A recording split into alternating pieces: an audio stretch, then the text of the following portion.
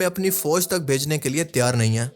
दूसरी तरफ ट्रंप का कहना था कि लेबनान पर हमला ना करना इन शर्तों के अंदर शामिल ही नहीं था, जो कि जाहिर है कि बिल्कुल झूठ है, क्योंकि वाज़े तौर पर यह शर्तों के अंदर लिखा था जिसको अमेरिका और इसराइल ने फिर से सीज फायर करने के बाद तोड़ दिया है।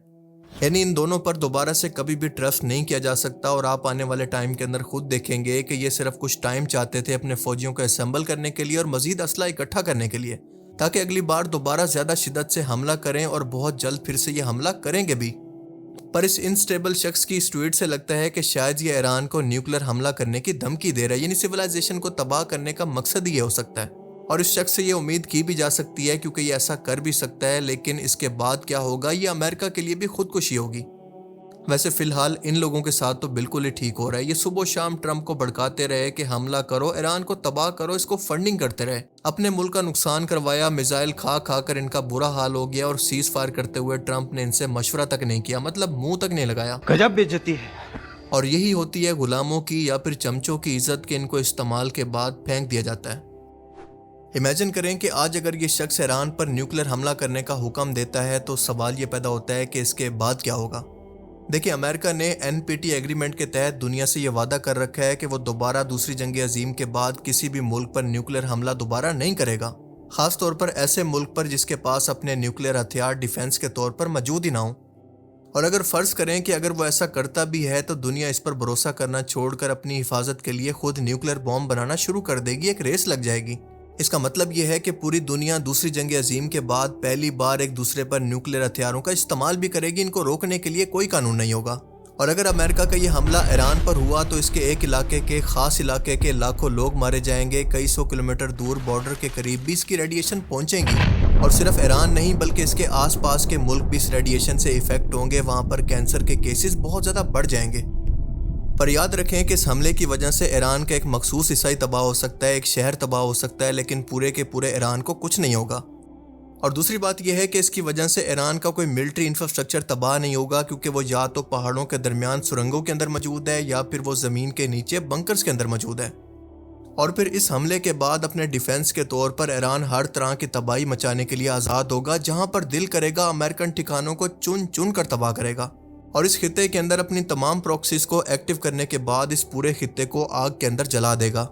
और सबसे बढ़कर न्यूक्लियर हथियार बनाकर इससे जवाबी हमला अमेरिका पर भी कर सकता है, क्योंकि इसके बाद इसके पास बहाना होगा कि हम पर न्यूक्लियर हमला किया गया है, तो हम अपने डिफेंस के लिए ये न्यूक्लियर हथियार बना रहे हैं। न्यूक्लियर हथियार बनाकर इससे जवाबी हमला अमेरिका पर भी कर सकता है, क्योंकि इसके बाद इसके पास बहाना होगा कि हम पर न्यूक्लियर हमला किया गया है, तो हम अपने डिफेंस के लिए ये न्यूक्लियर हथियार बना रहे हैं।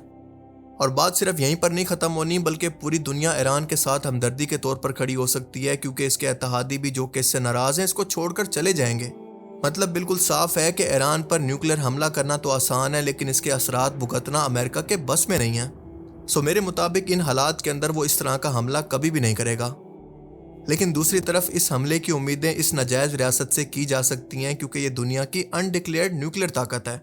अनडिक्लेयर्ड न्यूक्लियर पावर का मतलब ये है कि पूरी दुनिया को पता है कि इसके पास न्यूक्लियर हथियार हैं, लेकिन ना ये इसका इकरार करता है और ना इसका इनकार।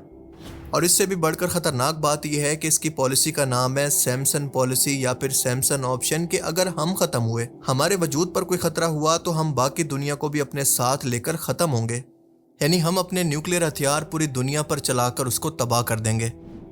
ये लफ्ज़ सैमसन दरअसल बनी इसराइल यानी यहूदी कौम के एक ताकतवर शख्स से मंसूब है, जिसने इस वक्त बुत परस्त फ़लस्तीनी बादशाह ने जब इसको कैद करके टॉर्चर किया और इसको मारने वाला था, तो इसराइली रिवायतों के मुताबिक इस शख्स ने खुदा से दुआ की थी कि मुझे इतनी ताकत दे कि मैं अपने दुश्मनों को अपने साथ लेकर मर सकूं, और ये दुआ कबूल हो गई।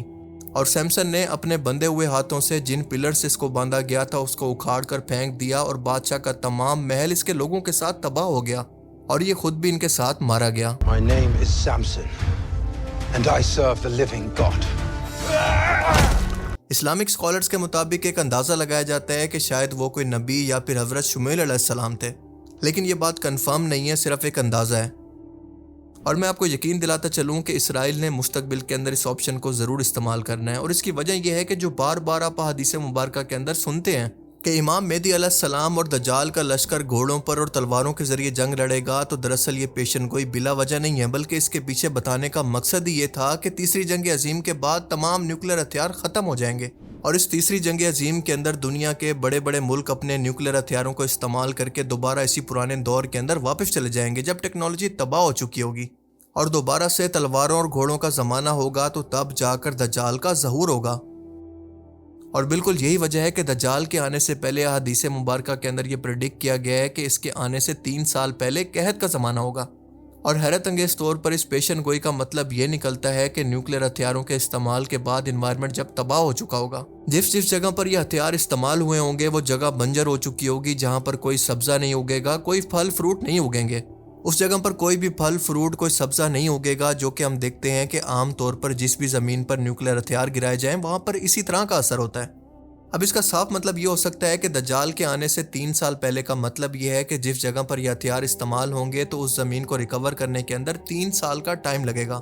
مطلب انوائرمنٹ کو واپس آنے کے اندر کم از کم 3 سال کا ٹائم لگے گا۔ یہ بہت بڑی نشانی ہے اگر ہم اس کو سمجھے تو۔